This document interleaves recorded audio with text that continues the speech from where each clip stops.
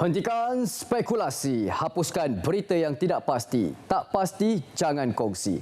Assalamualaikum, salam sejahtera dan salam keluarga Malaysia. Anda bersama saya Nadine Nordin dalam Pastikan Sahih edisi Rabu 6 Julai 2022. Menyebarkan maklumat palsu menerusi SMS atau media sosial adalah kesalahan di bawah Seksyen 211 dan 233 Akta Komunikasi dan Multimedia 1998.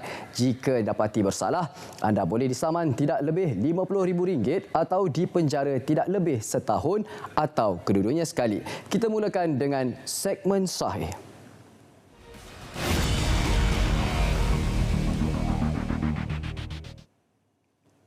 Subvarian Omicron BA4 dan BA5 telah tersebar di banyak negara di seluruh dunia, termasuk di negara-negara Asia seperti Singapura, Thailand, Indonesia, Filipina, India, Australia dan New Zealand. KKM ingin mengingatkan agar rakyat Malaysia yang ingin keluar negara mengambil langkah berhati-hati seperti yang dikongsikan ini, iaitu amalkan pemakaian pelitup separuh muka dengan betul, sentiasa menjaga kebersihan diri, elakkan berada di tempat yang sesak, mengambil vaksin dan dos penggalak bagi anda yang layak dan digalakkan mengambil dos penggalak kedua bagi mereka yang berumur 18 hingga 59 tahun yang berisiko tinggi dan kurang daya tahan jangkitan. Ini pula kami bawakan kenyataan media Menteri Dalam Negeri, iaitu Kementerian Dalam Negeri KDN serta-merta aktifkan OP Bantu Baling Kedah. Telah mengaktifkan pada 4 Julai 2022 bagi mengkoordinasi bantuan dan operasi menyelamat mangsa tragedi banjir. Seramai 164 pegawai serta anggota polis Diraja Malaysia PDRM diatur gerak, manakala 44 aset kenderaan serta peralatan kecemasan PDRM diatur gerak ke lokasi bencana.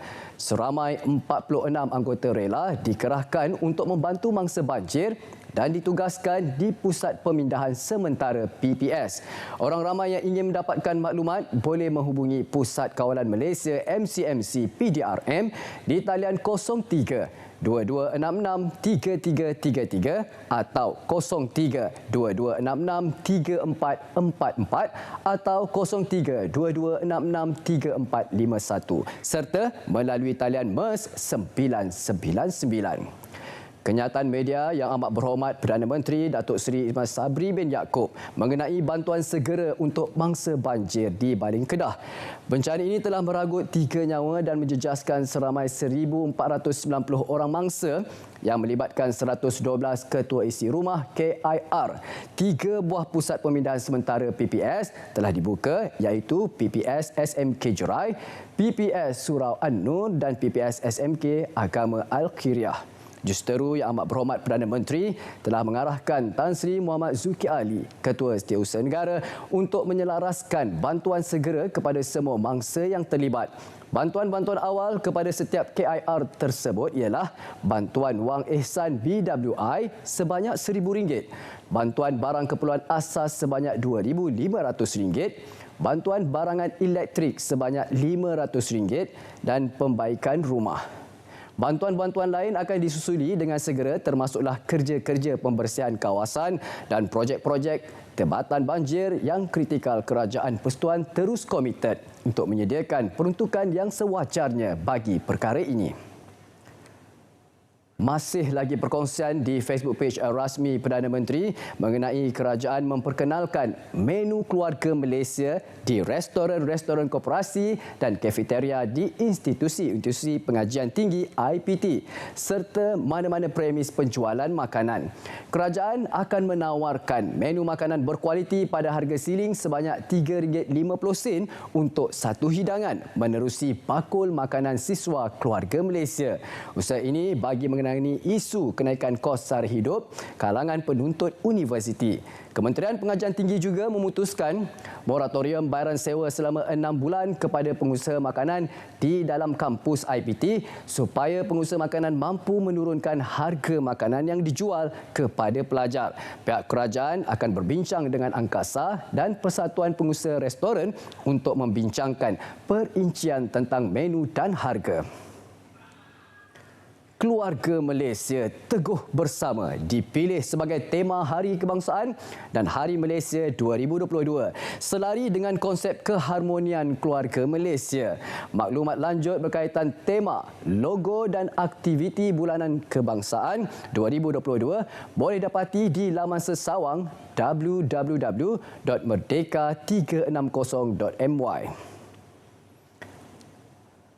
Ops ayam, telur ayam dan minyak masak, Ops ATM dan Ops Samar diteruskan bagi memastikan bekalan makanan sentiasa mencukupi dan stabil di pasaran serta memastikan peniaga patuh kepada undang-undang terutama bekalan, harga dan tanda harga.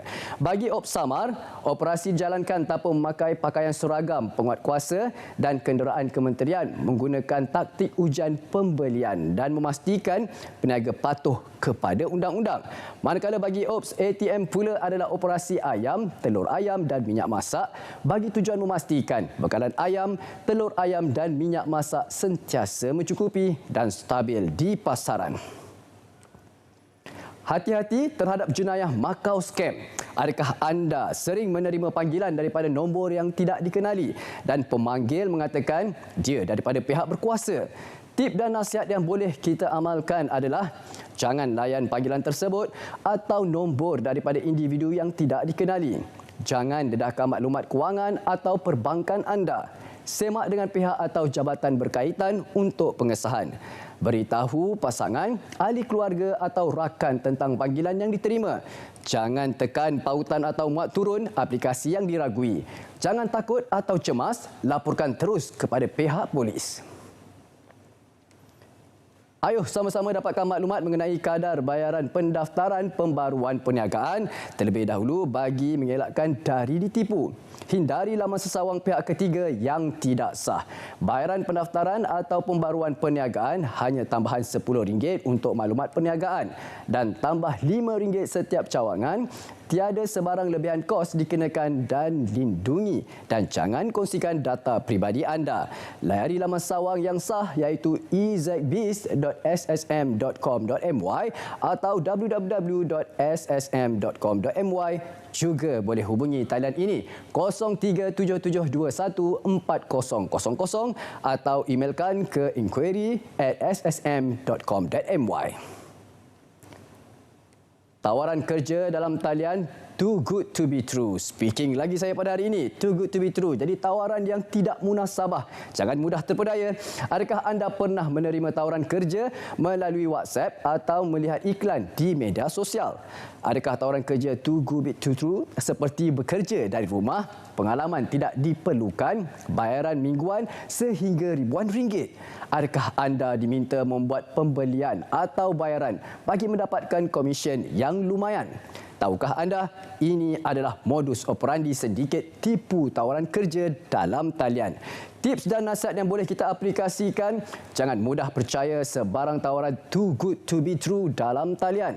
Semak nama alamat dan nombor pendaftaran syarikat sebelum bersetuju dengan tawaran kerja. Jangan buat sebarang bayaran ke pihak yang tidak dikenali. Nak kerja, kenapa perlu bayar majikan? Itu yang perlu kita fikirkan. Semak nombor akaun dan nombor telefon di portal Semak Mule iaitu semakmule.rmp.gov.my.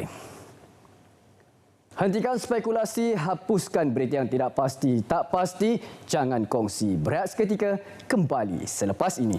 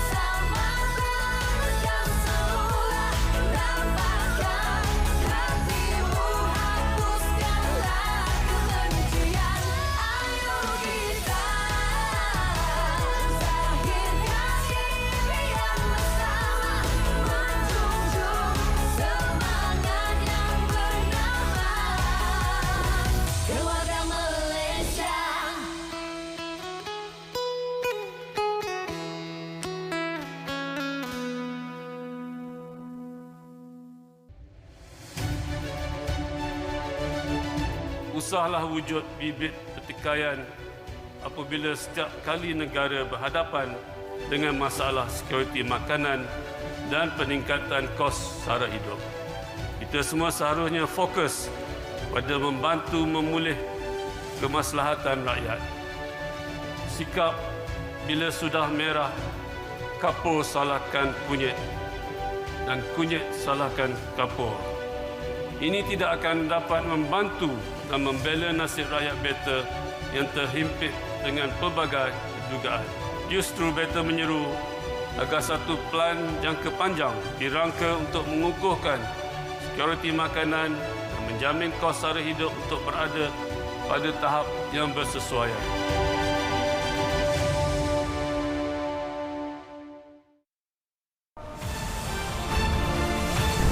Jadi kita bersetuju, kita menegaskan bahawa Malaysia minta supaya Amerika menggunakan kuasa dia dan memastikan isu Palestin dapat diselesaikan dengan segera-galanya.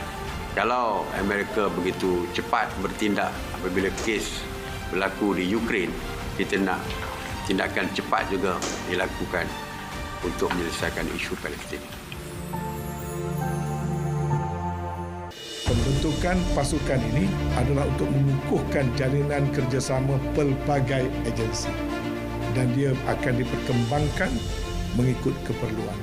Jawatan kuasa ini akan menekankan kepada aspek penguatkuasaan dan tindakan-tindakan yang akan diambil daripada semasa ke semasa secara berterusan.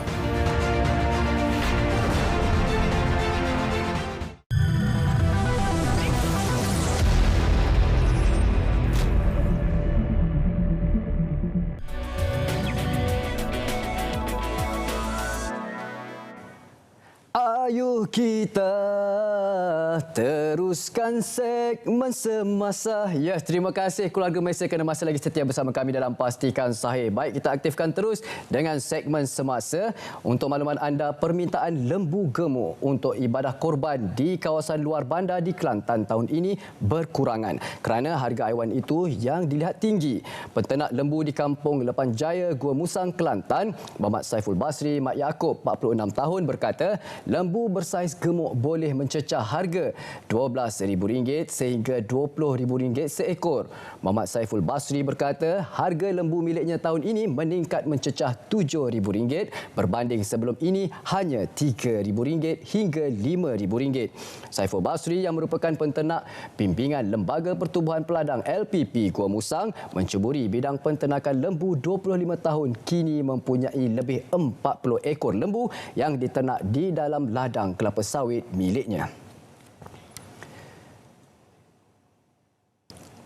Isu kenaikan harga barang tidak hanya berlaku di Malaysia, sebaliknya merupakan fenomena global ekoran gangguan rantaian bekalan yang diakibatkan oleh konflik geopolitik dan perubahan iklim. Bagaimanapun, kerajaan terus berusaha menetapkan mekanisme pengawalan harga bagi memastikan rakyat tidak terbeban dengan cabaran kos sara hidup. Perdana Menteri Datuk Seri Ismail Sabri bin Yaakob menjelaskan kerajaan berbelanja hampir RM80 bilion untuk memastikan harga barangan tidak naik. Malaysia juga berdepan inflasi yang jauh lebih rendah berbanding negara-negara lain disebabkan intervensi jangka pendek kerajaan dengan mengekalkan subsidi.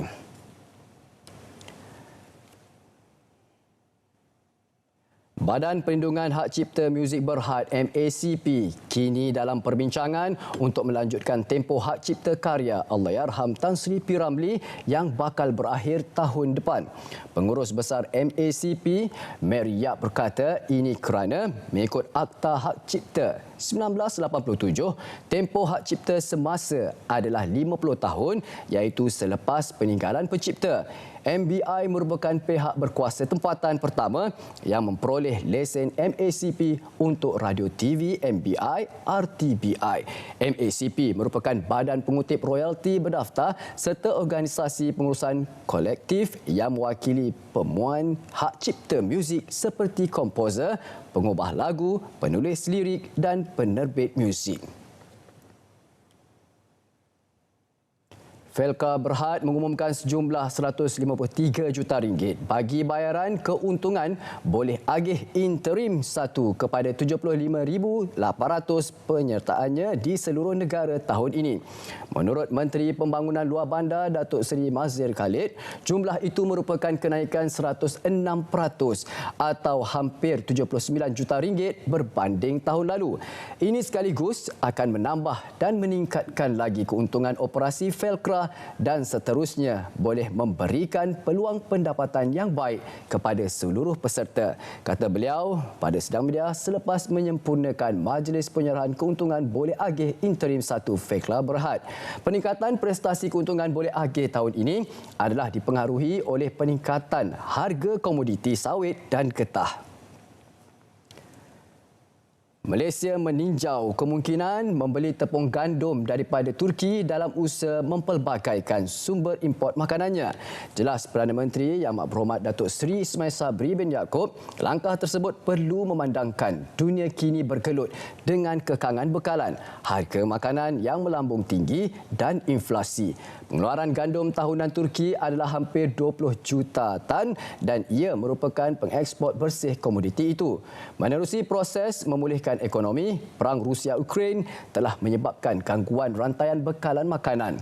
Kedua-dua negara itu menyumbang 1/3 daripada pengeluaran gandum dunia.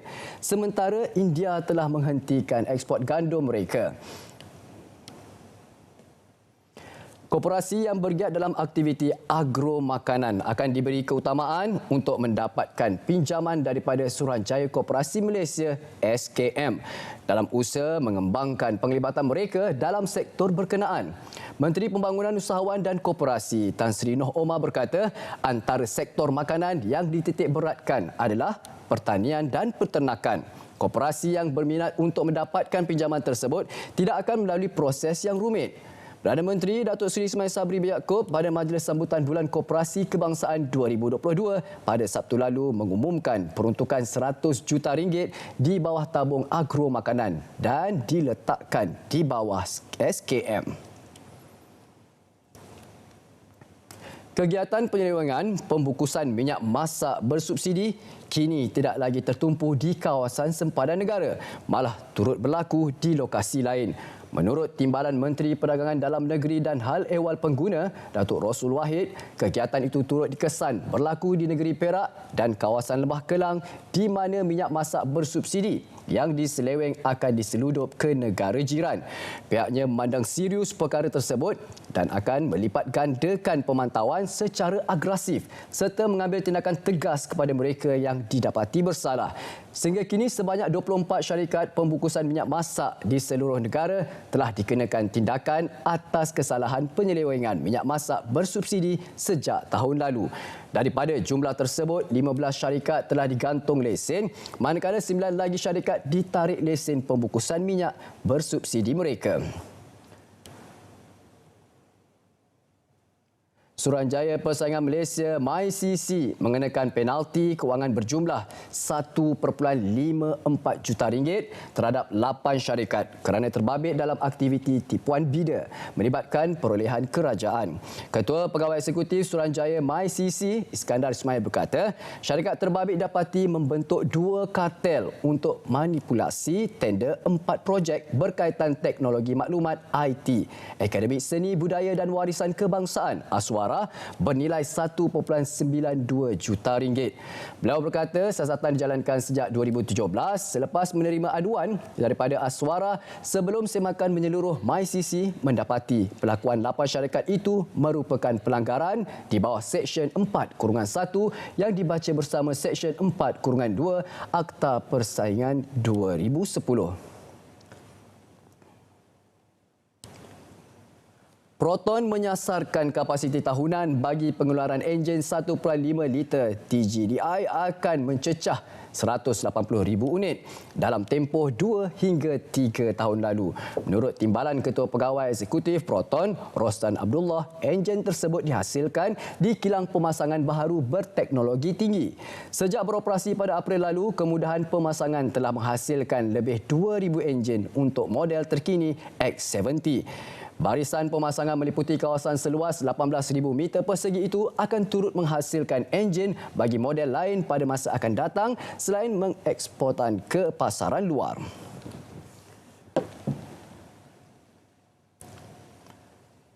Pastikan saya berat seketika, kembali selepas ini dengan segmen yang terakhir, segmen notifikasi. Jangan ke mana-mana.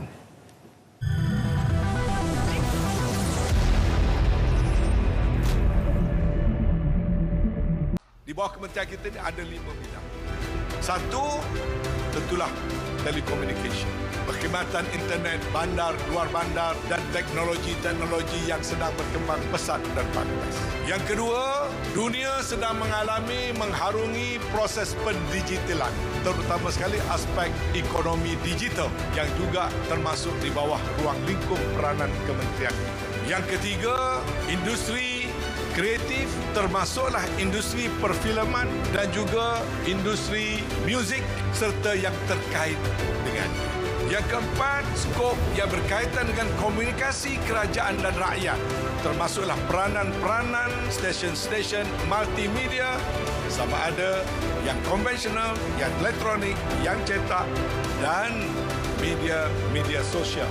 Dan yang kelima yang tidak kurang pentingnya sekarang ini ialah tentang keselamatan cyber security.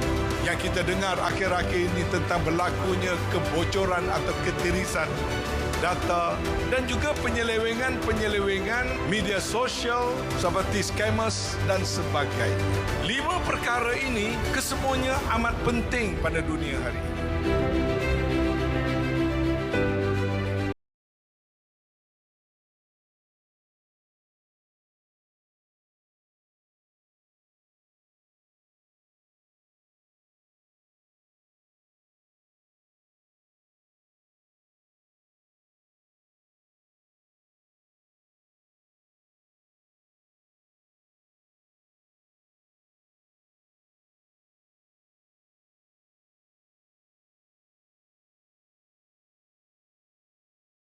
شريك لك لبيك لبيك اللهم لبيك لبيك لا شريك لك لبيك. Kita juga akan mula memberikan perhatian kepada semua barangan dan perkhidmatan lain yang boleh menyumbang ke arah peningkatan inflasi dan kita memberi jaminan kita akan terus melaksanakan pendekatan secara proaktif mengawal dan mengekalkan negara berada pada kadar inflasi yang boleh diurus dan tidak mengalami inflasi yang tinggi.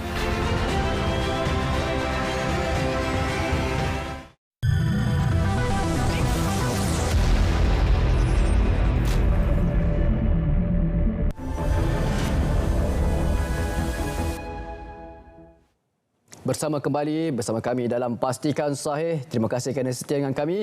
Seperti biasa untuk segmen terakhir, segmen notifikasi, kami akan bawakan hebahan-hebahan yang perlu kami war-warkan untuk anda sertai dan ikuti. Ayuh kita mulakan dengan program terunggul daripada RTM. Kita bawakan Salam Baitullah untuk malam ini dengan tajuk yang dibawakan adalah Ibadat Haji Fasa Endemik. Bersama pengacara anda iaitu Ustaz Don Daniel dan Ustaz Fakur Radi, pengacara, dan tetamu yang diraikan adalah Profesor Madya Dr. Muhammad Suki Uthman, pensyarah Universiti Putra Malaysia. Dan juga persembahan kasidah pada malam ini daripada kumpulan Zain. Pada malam ini 9 malam hingga 10 malam di saluran berita RTM, juga siaran serentak di TV1. Untuk mudah, anda muat turun saja RTM Klik, aplikasi RTM Klik ke telefon pintar anda, dan juga siarannya akan siaran serentak di Facebook page rasmi Salam Baitullah. Seperti biasa, saya suka war-warkan kepada anda untuk sertai kuis di TV. Kuisnya akan disediakan pautan ke Facebook page rasmi Salam Baitullah. Manakala bagi kuis di media sosial, anda boleh ikuti TikTok dan juga Instagram Salam Baitullah. Dan kita teruskan, seterusnya perkongsiannya adalah Forum Perdana Ehwal Islam. Ayuh sama-sama kita mengimarahkan. Ya, jangan lupa untuk saksikan Forum Perdana Ehwal Islam buat tayangan anda semua dengan tajuk yang dibawakan adalah Mentari Muncul Lagi. pada hari Khamis, iaitu pada hari esok 10 malam di saluran TV1. Ayuh sama-sama saksikan bersama dengan pengacara dan tetamu-tamu yang diraikan. Seterusnya, Ruang Bicara pada hari Rabu 6 Julai 2022 9 hingga 10 malam. Menangi, iaitu menangi kos sara hidup peranan siapa? Bersama tamu-tamu yang diraikan dan juga pengacaranya adalah Suhaimi Muhammad dan tetamunya adalah Datuk Roziah Abudin dan juga Profesor Madya Dr. Yusof Saari. Seterusnya kami bawakan untuk anda KU Skop. KU Skop apakah ini? SME Corp berkongsi maklumat dengan anda iaitu menguasai penjenamaan. Ketahui cara memastikan kemampanan dan kelangsungan syarikat melalui aktiviti penjenamaan yang berkesan. Pada 7 Julai 2022 Khamis pada pukul 11 pagi. Ini pula adalah Karnival Jom Beli Rumah. #Jom Miliki 15 hingga 17 Julai 2022 Jumaat hingga Ahad, Hall 1 iaitu Pusat Pameran Mid Valley MVEC Kuala Lumpur. Anda boleh layari laman setahun ini hope.kpkt.gov.my untuk maklumat lanjut. Dan ini pula adalah HBP PJS Tuaran. Jom sertai kami. Sempena Hari Belia Negara 15 hingga 17 Julai 2022. Masanya adalah 9 pagi hingga 4 petang bertempat di Padang Tuaran, Sabah. Ayuh ramai-ramai orang Sabah bah kita sertai program ini. 8 tip asas pemeriksaan kereta. Going home for raya. Ya, seronok nak beraya haji tetapi perlu memeriksa kereta anda ya. Ya, cantik belum tentu selamat. 7 Julai 2022 10 pagi hingga 11 pagi. Dan ini pula adalah pertandingan seni coret Doodle Jawi bersempena dengan ulang tahun DBP ke-66. Hadiah-hadiahnya anda dapat saksikan. Dan ini pula jangan mudah terpedaya dengan kata-kata ia hanya tumbuhan. Ia adalah ubat. Mereka prihatin dan baik denganmu kerana mereka mahu anda menjadi mangsa dan hanya pilihan ketika dia bosan atau untuk kepentingan sahaja. Inilah yang dikongsikan oleh Agensi Anti Dadah Kebangsaan. Jauhi dadah, hidup anda lebih bahagia dan